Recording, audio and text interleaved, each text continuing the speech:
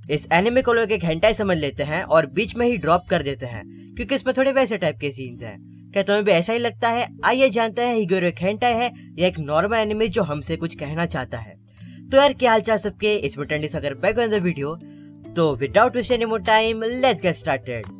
Basic info में तुम लोगों को इंटरेस्ट है नहीं तो स्क्रीन पर से पॉज करके पढ़ लेना।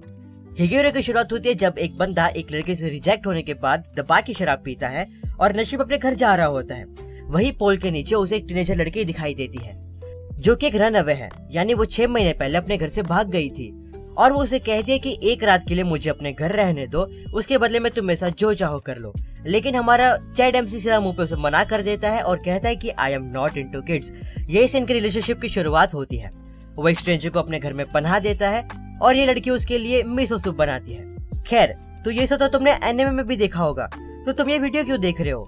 मोस्ट प्रोबेबली तुमने एनिमे देख लिया, तुमने एनिमे को समझ लिया, पर क्या तुम समझ पाए ये एनिमे तुमसे क्या कहना चाहता था? इसके बारे में थोड़ा बाद में बात करेंगे, पर पहले मेरे ओपिनियन में ये एनिमे बहुत ज्यादा रियलिस्टिक था। No, I am not talking about how an adult can live with a stranger teenage girl without having any connection with her. ना, ये चीज सिर्फ एनिमे में काम कर सकती है, रियल लाइफ में ऐसा करने जाओगे तो सीधा जेल जाओगे, बिल्कुल जैसे ये गया। मैं बात कर रहा हूँ द बुलिंग एस्पेक्ट की, मैं बात कर रहा हूँ लोनलीनेस वाला एस्पेक्ट की, मैं बात कर रहा हूँ द टीनेज लाइफ एस्पेक्ट की। एकदम कोर लेवल से समझते हैं। सायू घर से क्यों भागी? उसकी माँ बुरी थी इसलिए? उसकी माँ उसको प्यार नहीं करती थी इसलिए? या फिर इसलिए क्योंकि उस पे वो चीजों का ब्लेम लगाया जा रहा था जो उसने कभी की ही नहीं? देखो, अगर सायू एक ऐसी लड़की होती जो सब कुछ रिप्रेस करके सहने में बिलीव रखती, तो वो अपनी माँ के इतने सारे ताने सुनने के बाद भी उस घर में चुपचाप से पड़ी रहती। ना वो कभी भागती और ना वो कभी इस बंदे से मिलती और ना ही उसे कुछ खोखले लोगों को अपनी बॉडी देनी पड़ती। But she decided to stand up for herself. मैं ये नहीं कह रहा कि उसने भाग के बहुत बड़ा टॉप काम किया, इस जस्ट को पता चला कि दुनिया में नॉर्मल लोग भी एग्जिस्ट करते हैं और कुछ कचरे के बराबर भी लोग एग्जिस्ट करते हैं। जब तुम किसी कचरे से मिलते हो तब तुम्हें एक नॉर्मल इंसान भी भगवान समान लगता है। सेम थिंग हैपेंड विद सायू। उसने कुछ खोखले लोगों के घर में जगह ली और बदले में कमीनों को अपनी बॉडी दी। बट जब वो योशिदा से मिली तो उसे रियलाइज हुआ कि इससे तो मेरी बॉडी में कोई इंटरेस्ट नहीं है, ये मुझे इतने अच्छे से ट्रीट कर रहा है, इसने मेरे लिए इतना सब कुछ किया, आखिर मैं इसे पे बैक कैसे करूं?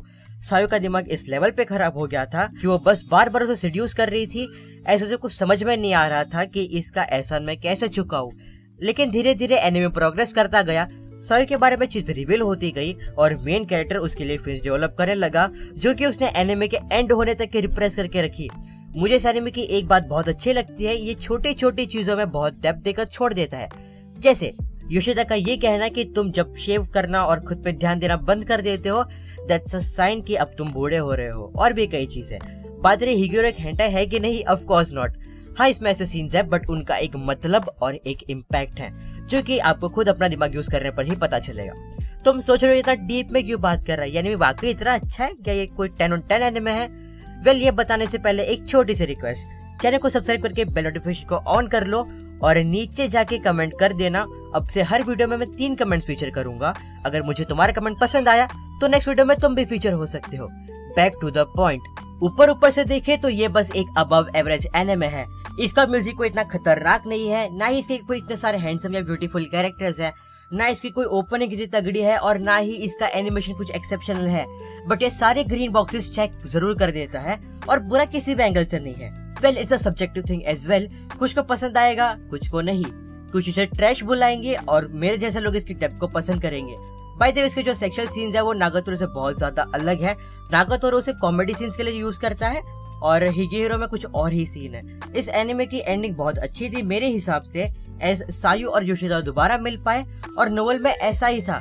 जैसे ही दोनों मिले, दोनों ने अपना फर्स्ट एनकाउंटर रिपीट किया और बाद में सायू ने कहा आई एम होम, यानी यहाँ से इनके रिलेशनशिप की एक्चुअल में शुरुआत हुई थी।